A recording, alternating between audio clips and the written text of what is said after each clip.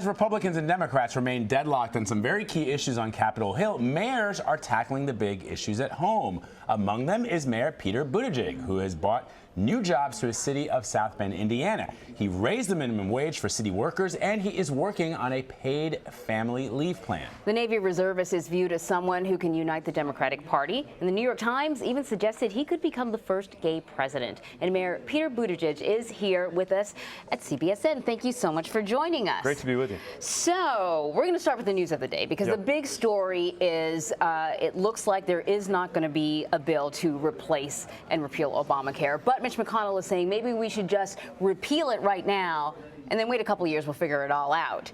You are a mayor of a city. How would something like that impact your great South Bend? It'd be a disaster. You know, about a month after the Affordable Care Act went into effect, one of the hospitals in our town convened a meeting among the cardiac docs because they were trying to figure out why they were seeing so many cases. And they realized it wasn't because more people were having cardiac cases. It was because people were finally getting them treated because they could finally get covered. This is a big deal for a lot of people going through their lives who were really afraid that Congress was going to pull the rug out from under them. So it matters a lot. And from a political perspective, I think if Democrats are asking, how we succeed going forward, we should look to this episode and the fact that the difference was really made by regular people standing up to members of Congress saying, this is going to affect my life. I'm not a political football, and you got to come back with a better answer. Were you surprised at all by the fact that the Republicans were unable to hammer something out? No, because, well, yes and no. I was preparing for the worst and hoping for the best. But I think at the end of the day, no matter where your ideology takes you or your party loyalty, when you go home and you look into the eyes of somebody, a cancer patient, a mom of a kid with pre-existing conditions, and they tell you what it would mean to them if you hurt them in this way, I would like to believe that members of Congress still have consciences, and if nothing else, they still have the political antenna to know that it's not a good idea to do that to ordinary people. So to that end, and understanding that you're a Democrat, you're on a polar opposite position from the president and members of the GOP. The president tweeted, as I've always said, let Obamacare fail and then come together and do a great health care plan. When you hear language like that, let Obamacare fail, for the constituents that you represent, who are Democrats and Republicans, letting Obamacare fail, I guess I know it's a good tagline, but what does it really mean for people who depend on it? Yeah, what it really means is letting people lose their savings, maybe even letting people lose their lives. And this idea that it's okay to burn the house down is just so profoundly out of touch. Only somebody who has never had to think about where he's going to get his health care would say something like that.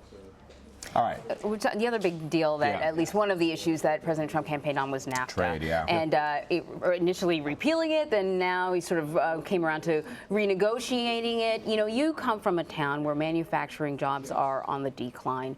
When you listen to the president and what he says, what are you hoping to hear? What would you like to encourage him to do?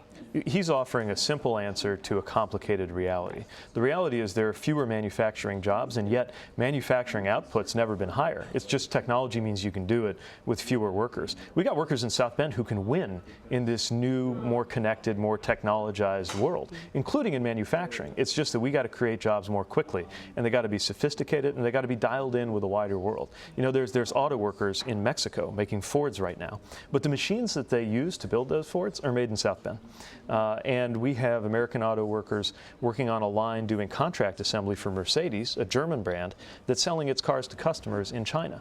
There are ways for workers to win in this world. And if you just take a meat cleaver to the modern global economy, you're going to get situations like a local head of a metal components firm in South Bend who told me he's about to lose some very important business to Germany, even though Germany has much higher costs of production when it comes to labor, because Germany is able to get steel more cost effectively. And so we got to think about all of the different effects. And I just don't see this president as somebody who's carefully weighing the complex impacts on a community like mine when he makes these statements or these policies.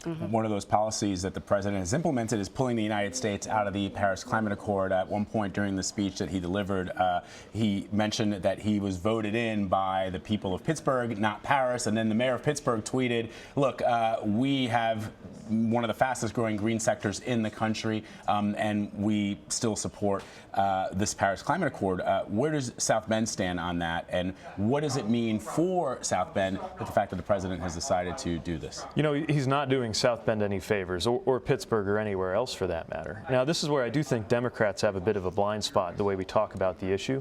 We talk about the planet, and it makes it sound very vague and very abstract. When I think about climate change, I think about what happened about a year ago when I got up in the middle of the night realizing that the rain wasn't stopping. And 2 hours later, I was in an emergency operations center with our first responding personnel as we realized we were getting 7-8 inches of rain. The record was less than 3. And the result was a lot of families lost their homes. Their homes were destroyed, their basements were washed out, and people were displaced the night before the first day of school. That's climate change. That's what climate change actually looks and feels like. And it's interesting, Mr. Mayor, because one of the things we've been talking a lot about is why do many Americans feel that Democrats are out of touch with their values? And for a lot of people, it seems as if, look, you're talking about the climate. I've got a job that I need to go to at 4 o'clock in the morning, and then my wife is working 2 jobs to put food on the table. Or my Obamacare premium is too high. Is too high. Or Democrats this. are talking about, you know, which bathroom somebody can go to, and those things don't affect me. But in the way that you've just put it there, is there a way for other Democrats to figure out how to connect the real world issues that most Americans are facing, and many Americans would suggest that they are in dire straits and that they feel that Democrats do not have their back on those things? I think there is a way, and I think a lot of the Democrats who will do it most intuitively are actually mayors, because we're speaking the language of the people who come up to us at the grocery store and in the street, and not the language of Washington. If we get into these abstractions, if we get into these kind of political who's up, who's down debates, we forget that there are people whose lives are literally at stake with what's going on right now in Washington, but who haven't always had the dots connected for them. So yeah, it's not about retreating from our values or changing our positions. It's about making sure we explain everything in terms of how it's going to make people's lives better or worse. Because if we can't explain that, why are we even out here? Why even have policy if it's not going to make people's lives better? You've been very clear about your feeling that the Democratic Party needs a clear message that speaks to people in their day-to-day lives, and that simply being not Trump or anti-Trump is not going to cut it. Yeah. It's not a message. Our party would be in trouble even if we had won the White House. You know, you look at where we are in state houses, you look at where we are in Congress, and it's clear that a lot of people across America, even though on the issues they're mostly with us, they've kind of tuned out Democratic messages. Yeah. And so we've got to get back to this way of talking. One project I've got going on now is I'm building a PAC called Hitting Home, because I want us talking about the way these issues are hitting home for regular people. Mm-hmm. And we'll put them, not us politicians, on the air to talk about it. That's the language people can understand, right? Absolutely. Yeah. If you decide to run for governor, Congress, president, will you come back and talk to us? I'll come back anytime. Thanks for having me. Pete Buttigieg, thank you so much. Thank you.